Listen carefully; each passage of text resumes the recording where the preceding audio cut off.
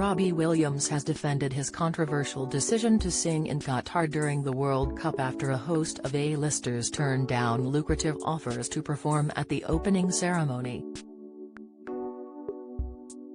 The rock DJ singer, 48, has even claimed it would be hypocritical not to go despite international outrage at Qatar's human rights record, which includes its criminalization of homosexuality and links to Islamist extremism.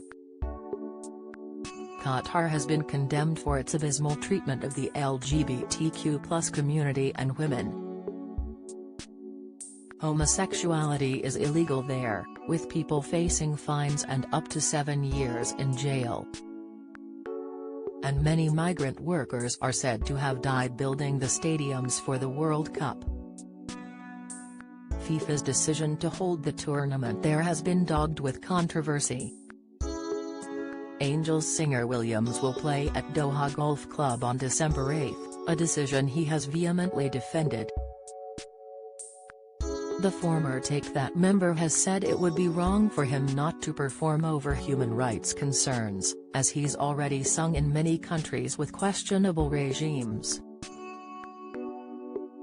Robbie said he wouldn't even be able to perform in my own kitchen if he boycotted places where human rights were abused. The singer told Italian newspaper Il Venerdì di Repubblica, "Of course, I don't condone any abuses of human rights anywhere. That being said, if we're not condoning human rights abuses anywhere, then it would be the shortest tour the world has ever known. I wouldn't even be able to perform in my own kitchen.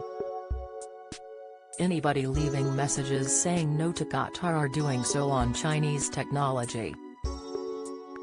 It would be hypocritical of me to not go to Qatar, because of the places that I do go to. I think that the hypocrisy there is that if we take that case in this place, we need to apply that unilaterally to the world. Then if we apply that unilaterally to the world, nobody can go anywhere." His shocking comments come after huge stars like Shakira, Rod Stewart and Dua Lipa all revealed they were boycotting the opening ceremony and had turned down deals to perform. Never one to turn down an opportunity, Williams has previously come under fire for performing in objectionable countries. He performed at the opening ceremony in the World Cup in Russia in 2018 despite Vladimir Putin's annexation of Crimea in 2014. The event had been boycotted by the British government in the wake of the poisoning of former Russian spy Sergei Skripal and his daughter, Yulia in Salisbury. Also in 2018, Robbie played at a private party to celebrate the 25th anniversary of Megaphone, the Russian mobile phone company controlled by oligarch Alisher Usmanov. The former Arsenal FC shareholder was sanctioned in March by Number 10 for being associated with individuals within the government of Russia who are involved in destabilizing and threatening the sovereignty and independence of Ukraine. He also allegedly performed for Putin's inner circle in Moscow in 2014 after being invited to sing by former Chelsea FC owner Roman Abramovich, who has since been sanctioned by the UK government following Russia's invasion of Ukraine. According to emails leaked by Ukrainian hackers, Abramovich laid on a New Year event for 100 guests.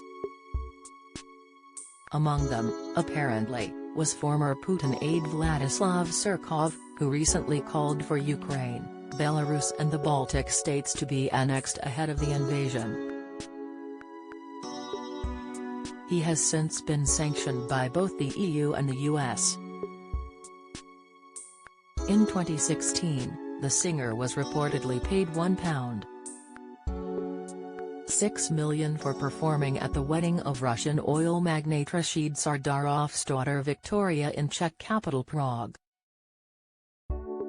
Robbie's decision to perform in the Gulf state has been met with widespread condemnation from fans. "Just be honest and say the money was too good to pass up," one fan blasted on Twitter. Another joked, "He abuses my human rights every time he releases a piece of music."